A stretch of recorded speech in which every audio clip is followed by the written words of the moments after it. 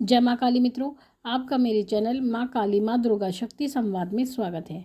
मित्रों, अगर आप मेरे चैनल पर नए हैं तो आप मेरे चैनल को सब्सक्राइब कीजिए, लाइक कीजिए, शेयर कीजिए, साथ ही नोटिफिकेशन बेल को भी प्रेस कीजिए जिससे मेरी आने वाली वीडियोस का नोटिफिकेशन आपको तुरंत मिल जाए।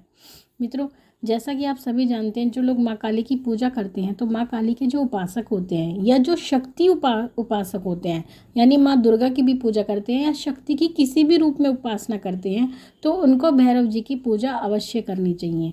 क्योंकि भैरव जी माँ दुर्गा के अनुचारी होते हैं, माँ काली के साथ चलते हैं, एक गण के रूप में चलते हैं, भगवान शिव के गण होते हैं। तो आपको भैरव जी की पूजा अवश्य करनी होती है। तो भैरव जी की ही पूजा क्यों करनी चाहिए और भैरव जी का होना ही क्यों जरूरी होगा? आपने शायद देखा है, कुछ व्यक्तियों ने देखा है, कुछ व्यक्तियों ने नहीं देखा है। लेकिन अगर आप कहीं पर भी जाते हैं, कहीं भी जो 52 शक्तिपीठ है हमारे यहाँ पर, तो जो 52 शक्तिपीठ क्या है? 52 शक्तिपीठ वहाँ है जब माँ पार्वती ने दक्ष के यज्ञ में जब अपने आप को भस्म कर लिया था योग अग्नि में, तब उन भगवान भोलेनाथ उनका शरीर लेकर पूरे ब्रह्मांड में घूम रहे थे। तब भगवान विष्णु ने उनके मुँह को देख करके कि माँ भगवती तो अब सती हो चुकी हैं, संसार में नहीं रही हैं, तो उनके जो शव के उन्होंने अपने चक्र से खंड खंड कर दिए थे। तो जहाँ माँ भगवती गोरा का, माँ पार्वती जी का, माँ सती का, यानी माँ सती का जहाँ जहाँ अंग गिरा वहाँ पर ही शक्तिपीठ का निर्माण हुआ। तो इसलिए जहाँ पर भी शक्तिपीठ है वहाँ पर भैरव जी अवश्य होते हैं। तो अगर 52 शक्तिपीठ हैं तो 52 ही भैरव जी वहाँ पर विराजमान हैं, क्योंकि भैरव जी उन शक्तिपीठों की रक्षा करते हैं। तो एक कोतवाल के रूप में वहाँ पर भैरव जी निवास करते हैं। और सबसे पहले जब आप शक्तिपीठ के दर्शन करने के लिए जाते हैं तो सबसे पहले भैरव जी के दर्शन करने होते हैं, क्योंकि बिना उनके दर्शन के जो अन्य देवताओं के दर्शन होते हैं वो सफल नहीं माने जाते। तो इसलिए कहा जाता है पहले भैरव दर्शन फिर अन्य दर्शन। तो सबसे पहले भैरव जी का ही दर्शन किया जाता है और ये शास्त्र में लिखित भी है। और अघोर तंत्र में तो ये स्पष्ट किया जा गया है कि सबसे पहले आपको भैरव जी को ही मनाना चाहिए, क्योंकि भैरव जी जो हैं वो भय का हरण करने वाले हैं। इसलिए भैरव जी का जो पूजन होता है वो सबसे पहले किया जाता है। और भैरव जी कोतवाल होते हैं। भैरव जी की दर्शन के बाद ही आपको अन्य दर्शनों की अनुमति भी प्राप्त होती है। तो इसलिए भैरव जी की पूजा हमें जरूर करनी चाहिए जो लोग शक्ति के उपासक होते हैं।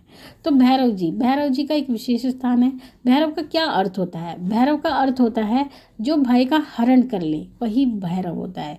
यानी आपको किसी भी प्रकार का जो भय है उसका हरण भैरव जी करते हैं। इसलिए भैरव जी की पूजा का होना जरूरी है। भैरव जी 52 भैरव होते हैं, 52 तरह के भैरव माने गए हैं। और 8 अलग से होते हैं, 2 अलग से होते हैं, 1 अलग से होते हैं। इस प्रकार से भैरव जी की ये संख्या होती है। हर शमशान में भैरव जी की स्थापना की जाती है, क्योंकि भैरव जी का कार्य जो होता है वो शमशान में विशेष होता है। भैरव जी शमशान में निवास करते हैं। जहाँ पर भी आप कहीं शमशान देखते हैं तो वहाँ पर आपको भैरव जी अवश्य दिखाई देंगे। और भैरव जी का कार्य होता है कि शमशान में जितनी भी इतर योनियाँ होती हैं, यानी जो अशांत आत्माएं होती हैं, उनको शांत रखने का कार्य शमशान में भैरव जी करते हैं। भैरव जी को आप उग्र रूप में भी पूज सकते हैं, भैरव जी को आप शांत रूप में भी पूज सकते हैं। तो इसलिए आप भैरव जी को दोनों तरह से ही मना सकते हैं।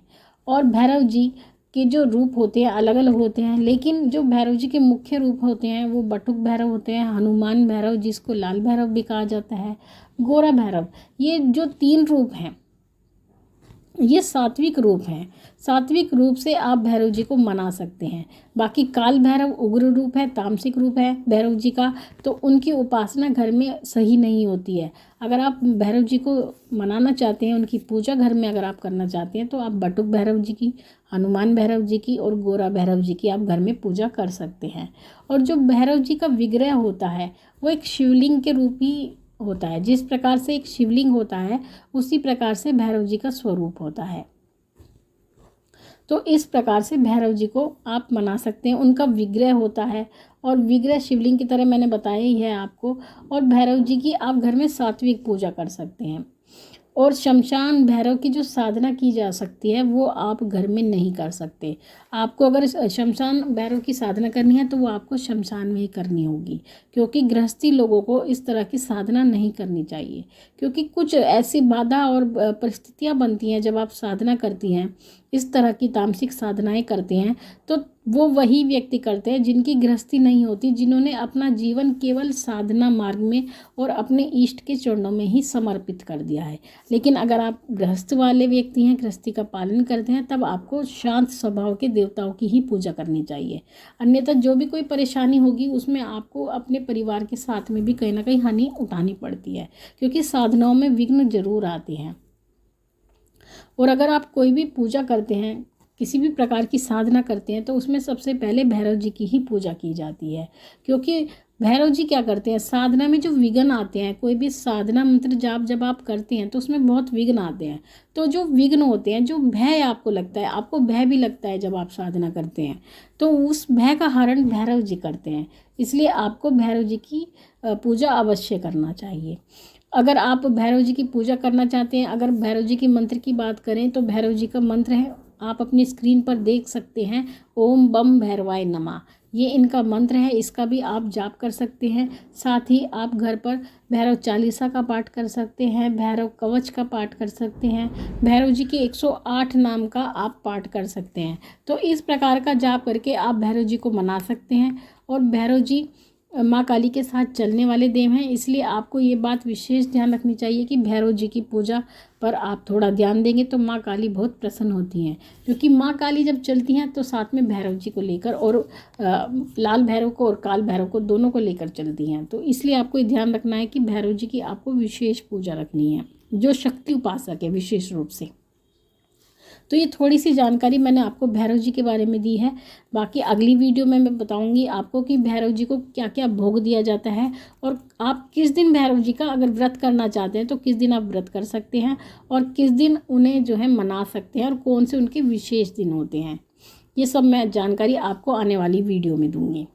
अब अपने प्रश्न ले लेती हूँ। प्रश्न है बप्पी रोई जी का। इन्होंने कहा है, अगर दीपक की रुई जल जाए तो क्या करना चाहिए?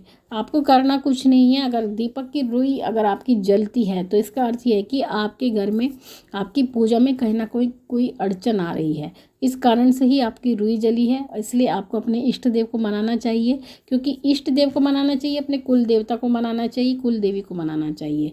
क्योंकि अगर कोई भी पूजा में जो अड़चन आती है तो आपके इष्ट देव, आपके कुल देवी, कुल देवता उस अड़चन को रोक लेते हैं और आपकी पूजा में कोई विघ्न नहीं आने देते। तो आपको ये करना है।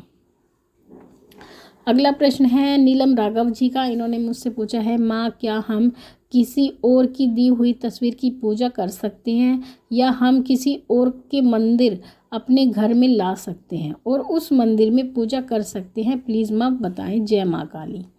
देखिए नीलम राघव जी, आप जो प्रश्न कर रही हैं प्रश्न बहुत उचित है।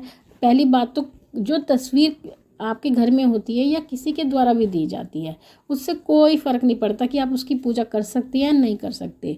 ईश्वर होते हैं, आपको किसी भी रूप में प्राप्त हो, किसी के भी द्वारा प्राप्त हो, आपका कार्य केवल सेवा करने का होता है। तो आप इस बात में सोचकर आप परेशान ना हो कि हमें इसने दिए उसने दिए, ऐसा कुछ नहीं है। जो आपकी तो सेवा है। आप एक बात बताइए, आप मंदिर में जाते हैं, मंदिर में जाकर के आप पूजा साधना करते हैं, कोई भी सेवा करते हैं, तो आपने मंदिर का निर्माण तो नहीं कराया, तो क्या फिर आप उसमें जाकर पूजा कर सकते हैं? नहीं कर सकते। तो ऐसा नहीं होता, खुद का कुआं खोद कर पानी पिएंगे तो जीवन कैसे चलेगा? ऐसा नहीं है। अगर आपको किसी ने भी दिया है तो आप उसकी सेवा कीजिए। जितनी ज़्यादा आप सेवा करेंगे आपको उतना ही अच्छा फल मिलेगा, और इस प्रकार के वहम में आप ना पड़ें। तो मित्रों, ये आपके प्रश्नों के उत्तर थे, जानकारी भी आपको मिल गई है। माँ भगवती से यही प्रार्थना करती हूँ कि वो आपके भंडारे भरती रहे, आपकी सभी मनोकामनाओं को पूर्ण करती रहे। आपसे फिर मिलूंगी अपनी अगली वीडियो में। तब तक के लिए जय महाकाली, जय महाकाल।